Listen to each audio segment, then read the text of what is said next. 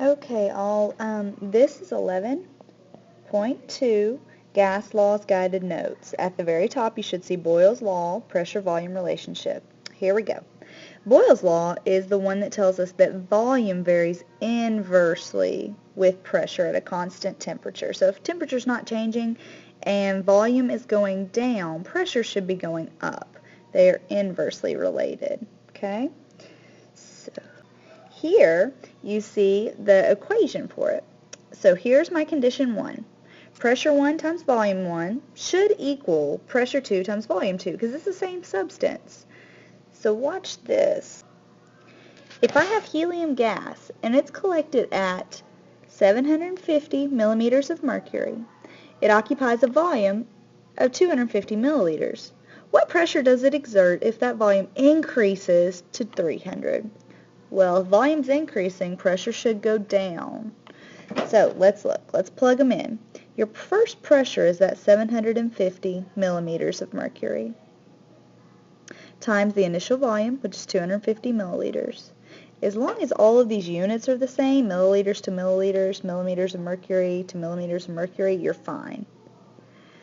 I'm asked to find pressure 2, and my second volume is that 300 milliliters. That's the volume at the end of the condition. So here to solve, I'm going to divide both sides by 300. You grab your handy-dandy calculator. You type in 750 times 250. All of that divided by 300.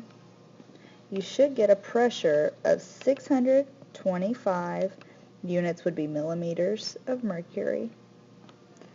Alright, so if you're stuck, go back and see how I got all of that, because we're going to move on to another problem. It's just pressure times volume equals pressure times volume.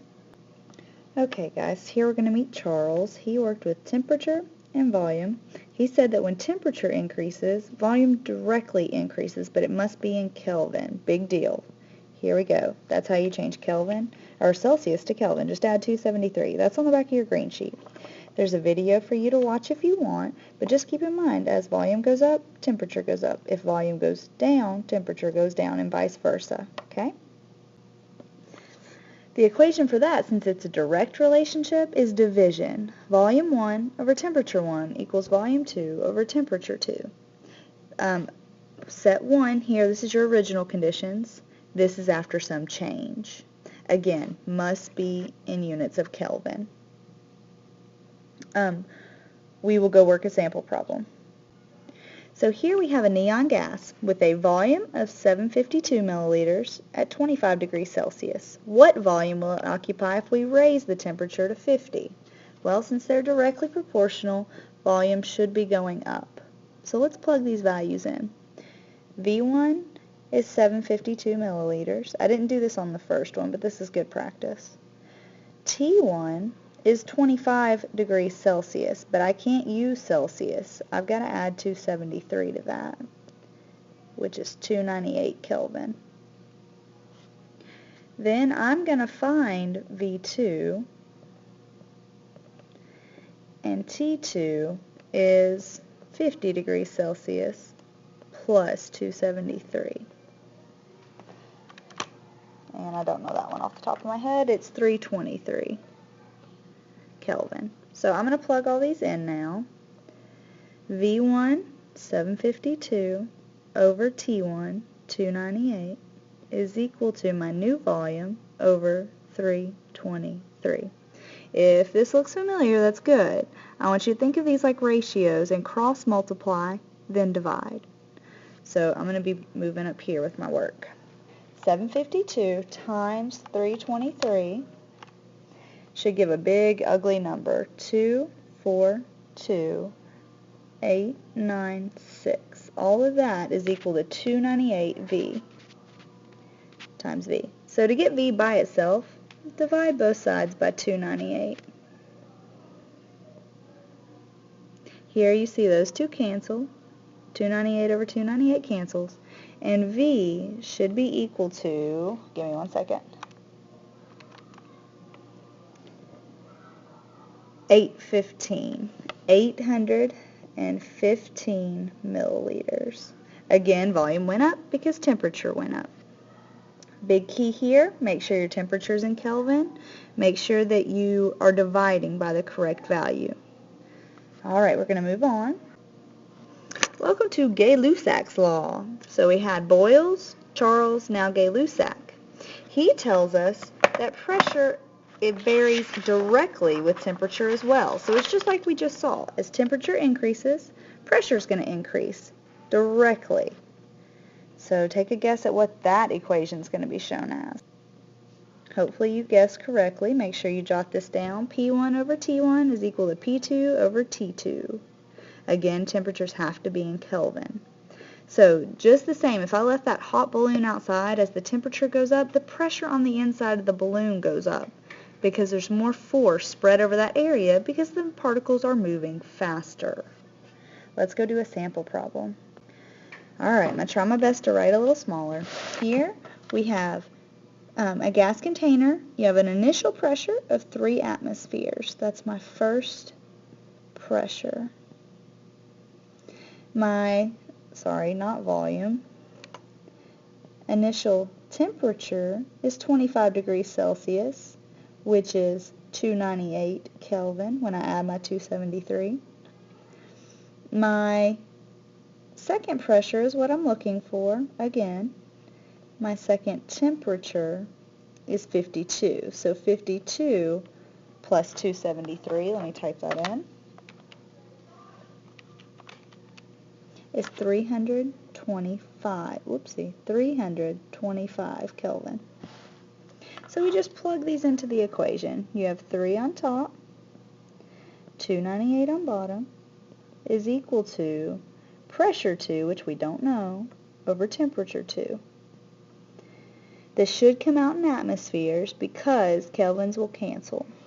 Cross multiply, 3 times 325 is 975, that's a 7, and that's equal to 298 times pressure. To get pressure by itself, divide both sides by 298 because the 298s have to cancel, so P is alone. 975 divided by 298, should give you pressure equals 3.27 atmospheres. 3.27, which makes sense. Temperature went up, pressure's got to go up. Alright. Here's the last law, guys. This includes Boyles Law, PV equals PV. This includes Charles's Law, V over T equals V over T, and Gay-Lussac's Law, P over T equals P over T. This is when you're given all three, guys. You've been given a pressure, a volume, and a temperature. This happens more than you would think. And let me introduce one more thing while we're at it. Make sure you have this written down. The combined gas law can be written as blah, blah, blah. Standard temperature and pressure. This is something that they'll throw in there every once in a while because this is a set of conditions that a lot of experiments are done at. Standard temperature and pressure. Standard temperature is 0 degrees Celsius or 273 Kelvin, and standard pressure is that 1 atm. Don't forget, 1 atmosphere is also 760 millimeters of mercury, or 101.3 kilopascals. If you see STP, and it looks like it's going to be a gas law problem, your initial or final temperature is 273 Kelvin, and your pressure is 1 atmosphere. Let me show you what that problem would look like. This is all they said to you. A helium balloon has a volume of 50 liters at 25 degrees Celsius and 162 kilopascals. What volume will it have at STP? Well, you have your final temperature and pressure when they tell you STP. So we have to plug everything in correctly. My initial volume is 50 liters. My initial temperature is 25 plus 273, which is 298 Kelvin. My initial pressure is 162 kilopascals. Now, here's where it gets a little tricky. Volume 2, unknown. That's what I'm trying to solve for. Temperature 2 is 273 Kelvin. We just covered that. And pressure 2, now we said that was 1 atmosphere. But remember, 1 atmosphere is the same as 101.3 kilopascals. If they change that up on you, just make sure you're copying correctly. Read this as 101.3. Alright guys, I'm going to plug this in now. Watch. Pressure, 162. Volume, 50. Initial temperature, 298. All of this is equal to 101.3. My volume I'm searching for, all over 273. Now guys, just like we did before, cross multiply. So I'm going to take 162 times 50 times 273. That gives me this big honking number, and I'll put it down here at the bottom. Sorry, I needed more space. That gives me this big number, 2211300. I'm going to throw a 3 in there. Equal to 298 times 101.3 times V. So that's going to give me 30187.4 times V. To get V by itself, divide by that honking number.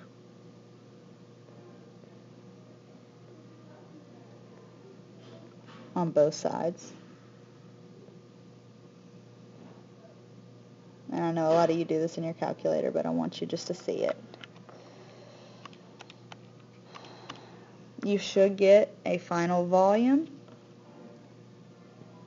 of 73.3 liters. 73.3 liters. If you're kind of stuck on the things that we've just talked about, please go back and work some extra problems. The homework for that was 11-2 and part of 11- well, I've lost my pen. Part of 11-3. This, what we're going to do here in a second, is at the bottom of 11-3.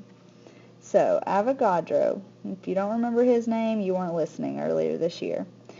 Avogadro found himself that under constant temperature and pressure, volume of a gas is directly related to the number of particles, or moles, of a gas. And here we found a very important rule. He found that if the volume was the same, 1 liter of these different gases, pressure was the same, 1 atmosphere, temperature 0 degrees Celsius, we're at STP again, he found that there were the same amount of particles in each one. So he worked backwards and found that 1 mole of every single gas has 22.4 liters. Again, this is at STP. At STP, 1 mole is 22.4 liters. Okay, keep that in mind. I have to talk quickly, so I'm just going to work these 2 problems and watch how I do it. I'm going to put part A up here in 1 second. If you notice how I set up my T-chart, I put my moles, and then I've got to get to liters, so I put liters on top. 1 mole has 22.4 liters, so let's do our calculations. You should have gotten 15.3 liters. I think that's correct. That seems a little off, but looks good on the calculator. Part B I'm going to put up here in 1 second. You try it. Push pause. Notice how I set this up. When I divide, you should get 0.286 moles. That should be able to get you through. Now, if for some reason I give you grams, just change it to moles, then to liters. Your homework is 11-2 and 11-3, odd only. Good luck.